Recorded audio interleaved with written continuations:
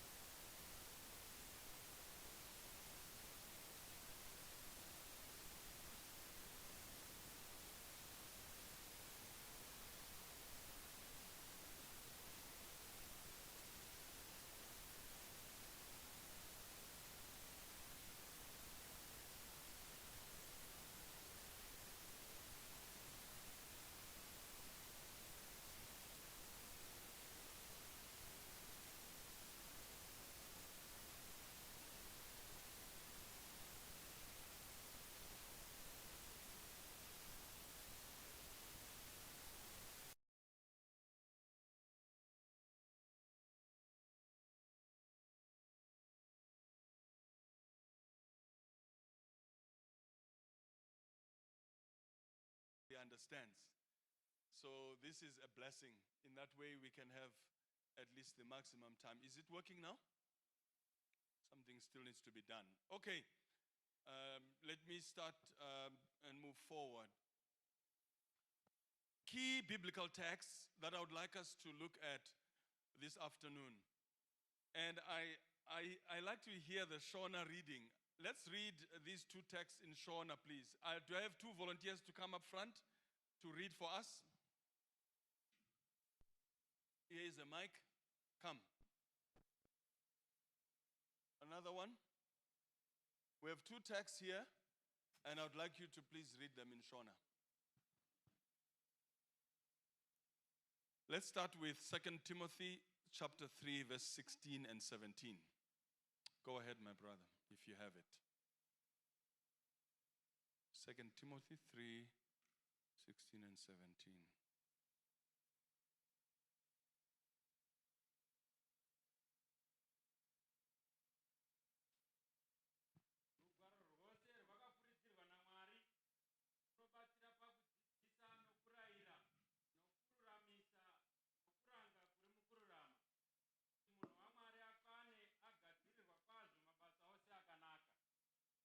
1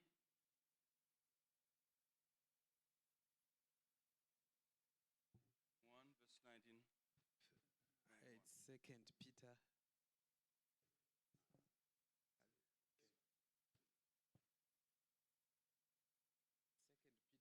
Peter chapter 1. Hey, I won't hear this verse in. Second Peter chapter 1 verse 19. It's Second Peter. Okay. It's typing There error. is It's a- supposed to be Second Peter. Okay. It's supposed to be Second Peter 1 verse 19. Okay, go ahead. Uye tine shoko reuprofita rakasimba kwazvo, ramunoita zvakanaka kana muchiriteerera. Rakaita semwenje unovhenekera mune rima, kusvikira utonga huchitsvuka, nenyamasase ichibudira mumwoyo yenyu, muchiziva pakutanga kuti hakuna uprofita hworugwaro hunongodudzirwa nomunhu. Nokuti hakuna uprofita hwakatongoya nekuda kwemunhu, asi vanhu vaMwari vakataura vachimutswa neMweya Mutsvene. This is where, thank you very much, my brothers. I appreciate your beautiful reading of these texts in Shona. This is where, it is important for the church to be awake in terms of whenever preaching is happening here or teaching is happening here, you check to see if what is being read or said here is correct. So thank you so much for being awake to see which text is supposed to be read, that typing error there. All right, so looking at these two texts, they are kind of our guiding texts about inspiration and how God works with the prophets. And so we're going to be looking at the concepts and breaking it down for a simpler understanding of how God worked with his prophets.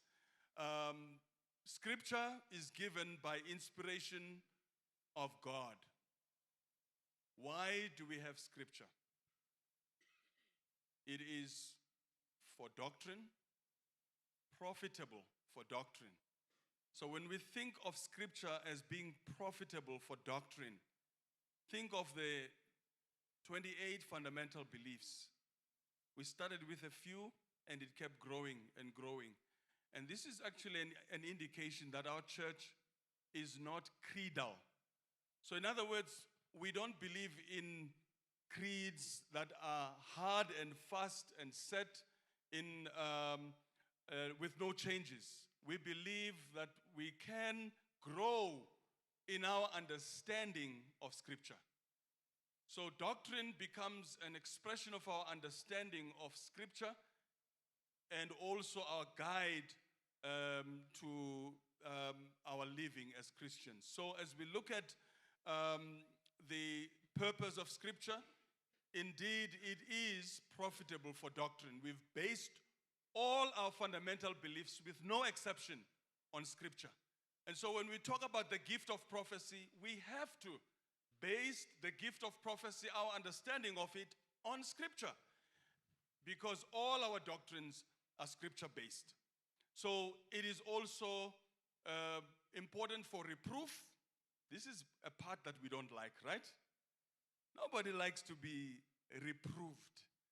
But as we read Scripture, it talks to us, doesn't it? And if it doesn't, then you're not really reading well. There has to be a time when you read Scripture as a pastor for yourself and not for the congregation. Do you have those times when you are reading Scripture just for me? I'm reading it for me and not for the church. Because a lot of times we're so busy preparing for this, preparing for that, and there is no time for you to read Scripture for you and find meaning in Scripture for yourself. And I think this is a very important separation between our preparation for ministry, our ministry, and also the time when we have our devotion The time, not just, the mechanical, but I'm talking about reading scripture. Good for reproof, for correction, for instruction in righteousness, that the man of God may be complete, thoroughly equipped for every good work. This is the impact of inspiration. This is the impact of scripture. And then the next verse talks about the prophetic word. And this prophetic word did not come to us by the will of man. Instead, God, it is confirmed, and we need to heed the light that shines to us, into our hearts, as though we are in a dark place, and Jesus is the morning star. Until Jesus, that we cannot fully understand. No one, at least let me speak for myself. I don't claim to understand the dynamications that I feel I have when it comes to this area. How God connects with his prophets, how God speaks to them, how God communicates to them. So as we go through this presentation on inspiration, I would like full 100% understanding of this connection between God and his prophets. But we go by what we have that is revealed to us, and also our understanding is expressed collectively and also even individually as you look at this presentation. So I want to make that disclaimer as we define these terms. These are not perfect definitions, but there is a step that we need to take forward of understanding and move step by step. Revelation. What is revelation? Revelation can be divided into two specific areas. One, we have what we call special revelation, and we have what we call general revelation. So what is special revelation? This is the content of the message given to the prophets by God in the process of inspiration. So in other words, God speaks to the prophets and he reveals himself to us through the prophets, communicates with the prophets. But I want us to just understand that it is this connection that makes it possible for us to know God. And so scripture then means by which God reveals himself, and that limits us to what has been revealed. There are things that, border on speculation about God, his nature, and so we are really limited to our understanding of God to the extent of the way God has revealed himself. Beyond this, it's something that we would say is extra biblical. So the Bible contains the revelation of God. What we have here is the content that reveals to us who God is. And that's how we get to know God. It is through scripture. But then there are people who are out in Muslim areas. I was talking to a pastor this afternoon about his ministry to, people that have a different Bible and different connections. And so how does God communicate to such people? Our forefathers who did not have the message that we have today, how did God communicate to them? At times, God reveals himself through nature. So Ellen White talks about nature as God's second book.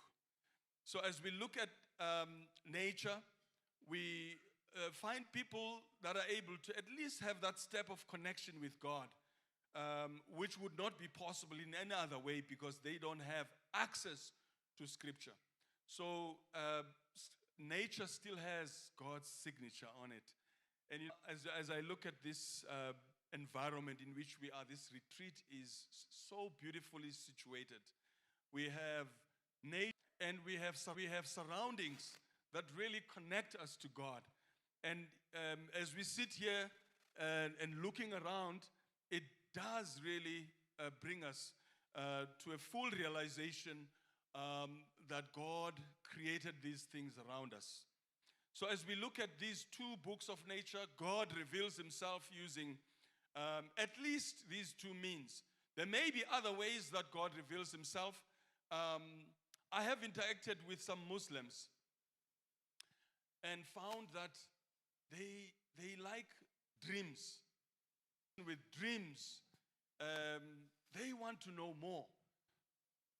So there are people who claim that they have dreamed something and God guided them that way. We talked about Ellen White before she was called even as a prophet, that she had a dream, and that dream guided her in some ways to a full understanding of God and a special experience with Christ that she did not have. She had fear, but after this experience, she had a different view of God.